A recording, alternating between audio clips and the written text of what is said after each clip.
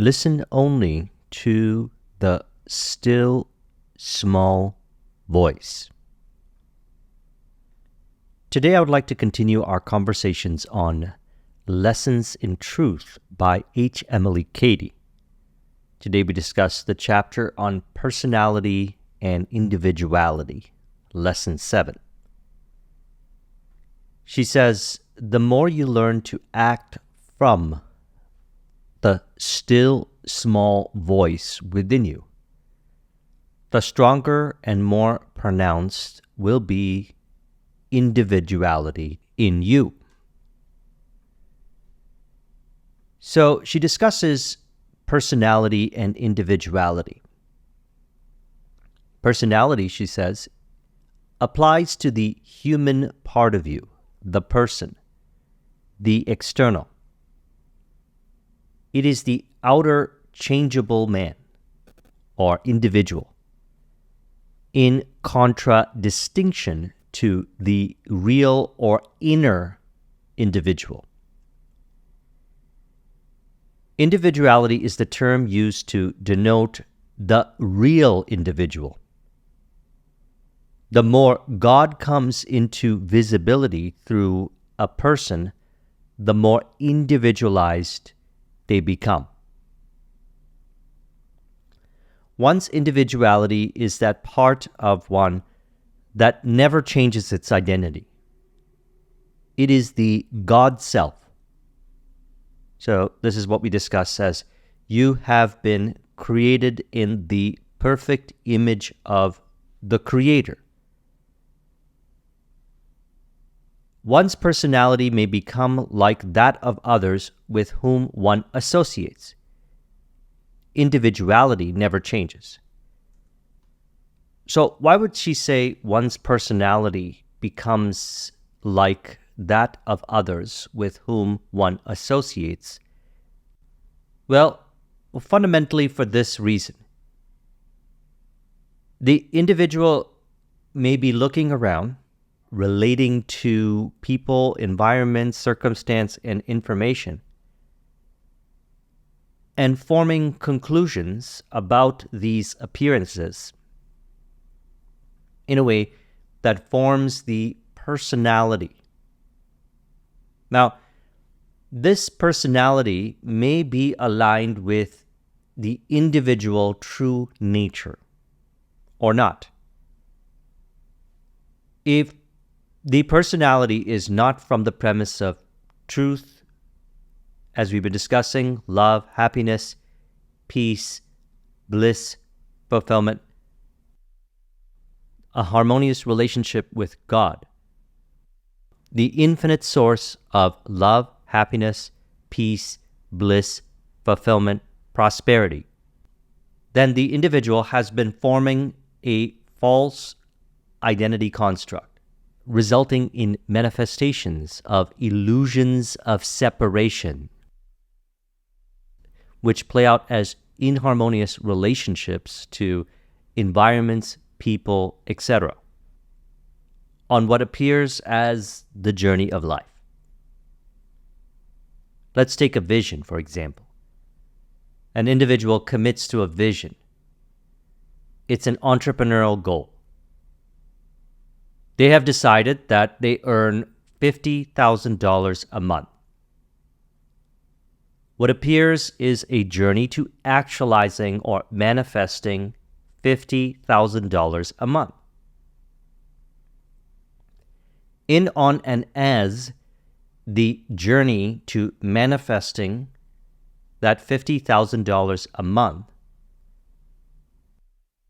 the individual is either ideally relating from the premise of truth to environments, behaviors, capabilities, skills, or not, as a result of these identifications to untrue beliefs that make up the false identity construct, and as mentioned, untrue beliefs, as in not from the premise of love, happiness, peace, bliss, fulfillment. This is what we discuss extensively in the Subconscious Mind program, which I created as a result of learning from Think and Grow Rich since 2004 Power of the Subconscious Mind by Joseph Murphy, and personal experience of applying this information to build 3 successful businesses since 2009. So, spoken from experience, as I realized that on what appears as the journey to manifesting the vision, identification to the false identity construct can be easily released through auto-suggestion. And these auto-suggestions are received within, from the source, the true foundation, God. And just as the individuality, as she refers to, never changes, as it has been created in the perfect image of the Creator, it is the God Self. It is referred to in Psalm 82:6. I said, "Ye are gods, ye are sons of the Most High." The Most High is perfection, perfect love, perfect peace, perfect bliss, perfect fulfillment. Created in the perfect image of the Creator. The individual is love, happiness, peace, bliss, fulfillment. Thus, the false identity construct, formed by thinking patterns that are not from the premise of truth in relation to appearances, going back to the statement here, where she said, one's personality may become like that of others with whom one associates. It is what one associates or suggests in relation to what others appear to say, do, etc., that is forming the false identity construct if it is not from the premise of truth. So, any thought that is not from the premise of love, happiness, peace, bliss, fulfillment is not true nature. Certainly it's not. To imagine otherwise would be to imagine an inharmonious relationship with God, the source of prosperity. Thus, practically speaking, on the journey to manifesting the visions, whatever they may be, environments, behaviors, capabilities, the individual can relate ideally from the premise of truth. If there's any inharmonious conversation that is not from the premise of truth, such as, this environment holds me back, or my behaviors are this way and that way, which are not from the premise of truth, and I am just like that, which is not from the premise of truth. They're illusions. They're part of the false identity construct which the individual has created. When a child is born into this world, they are perfect in the image of the Creator. Love, happiness, peace, bliss, fulfillment. Look at a child. A child is love, happiness, peace, bliss, fulfillment. A child made through what appears as the journey of life. Think in relation to appearances in a way that forms this false identity construct, which is not from the premise of truth. So, receive within, via the still small voice, what to think from the premise of truth. As I am aware of what I relate to, environment, behaviors, capabilities, I know if I operate from the premise of truth. If not, no shame and condemnation. Release those identifications. Why is it? Why do we do that? So that the individual can experience a flow-based bridge of incidents to manifesting the vision, as the lack of flow is the result of identification. Created in the perfect image of the Creator, how can you lack flow? It's illusions or identification to the false I, the false identity construct, which is an illusion, as we discussed recently in one of the previous conversations with respect to this book. The illusory I, the I that sees illusions, does not exist to the individual that operates from the single I, the I of God, that only unconditionally witnesses love, happiness, peace, bliss, fulfillment. I and the Father are one, yet the Father is greater than I. So can I witness greatness more and more so each moment with increasing frequency on a continuous basis? Certainly I can, as I have been created in the perfect image of the Creator. That's what's been referred to as individuality. So the individual goes on what appears as the journey to manifesting the visions. And on the journey to manifesting the vision, they have opportunities to release identification to the false identity construct, to be as I am, be as I am. I am referring to foundational reality, God, from which the individual arises from. As she says here, one's individuality is that part of one that never changes its identity. It is the God self. Individuality never changes. The individual only desires to be as I am. That's God. To imagine God otherwise is a result of illusions in mind, as in the individual thinks God is not love. It's clearly untrue, as the individual identifies with those untrue illusions. They generate even more illusory realities in mind, resulting in suffering and confusion, rather than living from the premise of the true reality, the only reality, the reality of God as love, happiness, peace, bliss, fulfillment, true nature. The individual has been created in the perfect image of the Creator to experience what they truly desire: love, happiness, peace, bliss, fulfillment. To imagine otherwise would generate illusions, furthering the illusions of confusion. Here we're talking about true nature, original simplicity. To emphasize, she says, do not confound the terms. One may have an aggressive, pronounced personality or external individual, which will for a time fights its way through obstacles. Those behaviors are manifestations of the false identity construct. But a pronounced individuality never battles. It is never puffed up. It is never governed by likes and dislikes and never causes them in others. It is God come forth in greater degree through the individual. And all mere personality instinctively bends the knee before it in recognition of its superiority. A practical example would be, you don't play any false identity construct theater with appearances, which include people, environment, etc., to try to manipulate the situation. Rather, when you are in your flow, others appear to be in their flow. Your flow is irresistible because you are being as I am.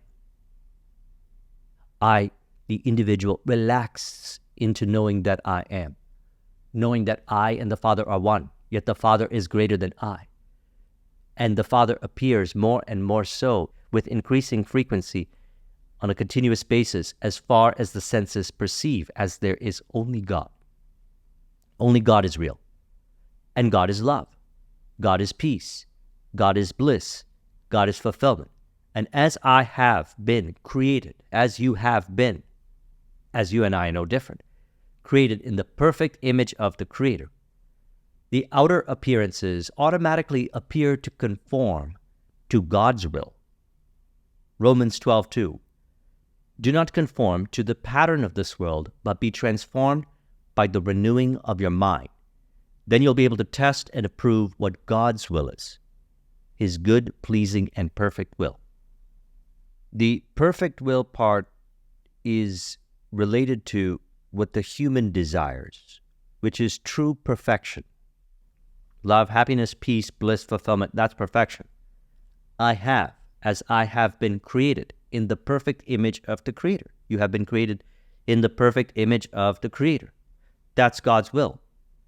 Good, pleasing, and perfect. To imagine otherwise would be imagining illusions of separation between I and I am, thus generating them in, on, and as outer illusory appearances, not God, as God is love, happiness, peace, bliss, fulfillment. And so what is being pointed to here is every day is an opportunity to practice being as I am. That's all I do. I only practice remaining as I am, knowing that everything is done for me. The false identity construct is the result of the illusory I, the I that identifies with the illusions of evil, which is not real. Only love is real. Only happiness is real. Only peace is real. Only bliss is real. Only fulfillment is real, and remains eternally that I am. So the individual I is one with the Father. I and the Father are one. The individual can imagine separation, certainly, but that is not true nature. And how can that be true nature if the I, the individual, is an emanation of God, and only God is real? Illusions thus of evil only appear to disappear. So can I witness only God through the single eye of God? Matthew 6:22. The light of the body is the eye. Therefore, if thine eye be single, the whole body shall be full of light.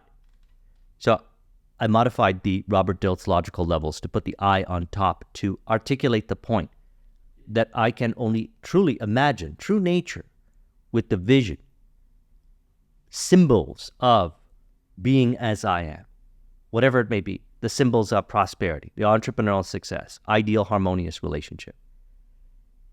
By accepting that I am, everything changes. The false identity construct is released, and what appears is true identity, being as I am, the individuality that she's referring to.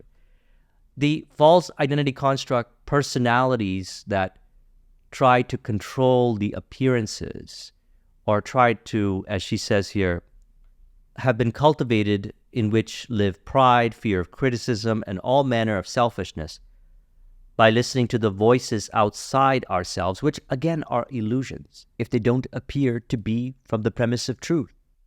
It's what the individual relates to what appears outside that determines if the individual is forming a false identity construct or being as I am.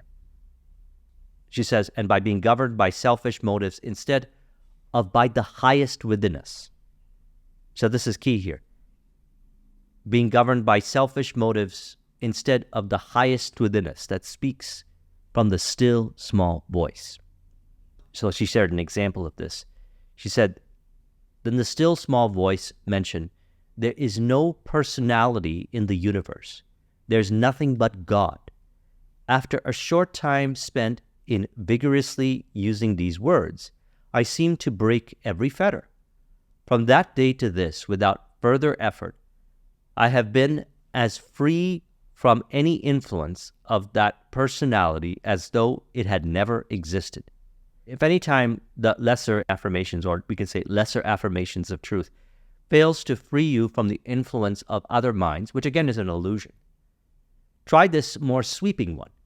There is no personality in the universe. There is nothing but God, and you are bound to be made free. The more you learn to act from the still small voice within you, the stronger and more pronounced will be individuality in you. So, in relation to what we discussed in Sunday's video, which I'll link to in the description, one of the ways that I have applied this over the years is in relationships. I am aware of what I imagine prior to conversations, during conversations, and after conversations. I am certainly aware of if I continue to imagine illusions of separation. Perfect example was given in Sunday's video. Again, I'll link to it in the description. If I imagine the person prior to the conversation, not from the premise of love, happiness, peace, bliss, fulfillment, then those are illusions in mind generated from untrue beliefs that make up a false identity construct. And as I am aware of what I, relate to appearances in the environment, the people, I can put off those former conversations, not identify with them anymore. Then what happens is the true individuality arises. Your authenticity arises. You represent yourself from the premise of truth, love, happiness, peace, bliss, fulfillment. Your style, you'll see it. Everyone has seen this. This is what she's encouraging. The same can be said about during conversations. So during conversations with an individual or group scenarios, public speaking, etc., I am aware of what I imagine in relation to what people appear to say, what environments seem to suggest. The individual is imagining what they relate to people, environment, circumstance, and information. To think otherwise would be a result of identification to false identity construct, which is made up of beliefs that are untrue, appearing to generate conflict. Finger pointing. There's no one to be but authentic self, which changes the appearances, as finger pointing results in further illusions of separation for no reason other than, we could say, to bring awareness to those untrue beliefs of the false identity construct so they may be released, so that true individuality may be embodied, and embodied as true identity, which then plays out automatically, harmoniously, as ideal harmonious relationship with capability, skill cultivation, ideal harmonious relationship presented as harmonious behaviors, habits, and also ideal harmonious environments and relationship to environments, which includes people, circumstance, information, etc. All from within, guided by the still small voice. And I made a video discussing this, the Holy Guardian Angel video. I'll link in the description to it. So, of course, the still small voice is going to say to her, there's no personality in the universe, there's nothing but God, because personalities are constructs of mind. The individual is created in the perfect image of the Creator and can truly only witness God as the illusions of the false I, or we could say evil I, are released, can only witness God as love, harmonious relationship with people. Practically speaking, what does it look like?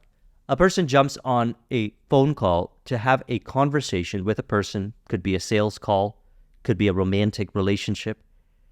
They engage in conversation and they imagine lovingly of the person automatically as they operate from the premise of truth, knowing that I am love. During the conversation, they're imagining lovingly in relation to what the person says. Because if a person says A or B or C, whatever the statement is, and if the individual then imagines that A, B, or C implies not love, that is what we call a confession of I am not. It's a confession of I am not. I am love, unconditional, unconditioned by appearances. It is only the illusion of the false identity construct and the beliefs particularly that make up the false identity construct that arise as thoughts that suggest otherwise, which are clearly illusions of separation, as there's only God.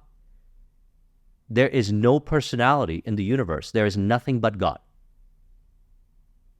So you, as the individual, have been created in the perfect image of the Creator. And so what happens then? As the individual continues to talk this way to themselves from the premise of truth by listening exclusively to the still small voice that provides the clear and accurate thinking in relation to the appearances, you could say they become their own guru. You could say they found the true teacher within. That's God, the sure foundation from which the still small voice appears in mind, guiding accurately and precisely what to relate to appearances, so that the false identity construct, that personality that she was referring to, that was, as she said, fighting its way through obstacles to gain its point, to only preserve itself. is released as you live in your flow, living your life the way you truly desire to live. So I trust you found this video to be helpful. Let's conclude this with an auto-suggestion to further encourage. You could say, I know that I am. Thus I have been created in the perfect image of the Creator, as love, happiness, peace, bliss, fulfillment. From the sure foundation, being as I am, I only imagine lovingly, blissfully, happily, fulfillment, peacefully, in relation to what a person says, does, environments appear to do, circumstance, information, to mold this world of ours into the likeness of the kingdom of love. If you would like a copy of this mind map, the link is in the description. Thank you very much for watching. I'll talk to you soon. Take care.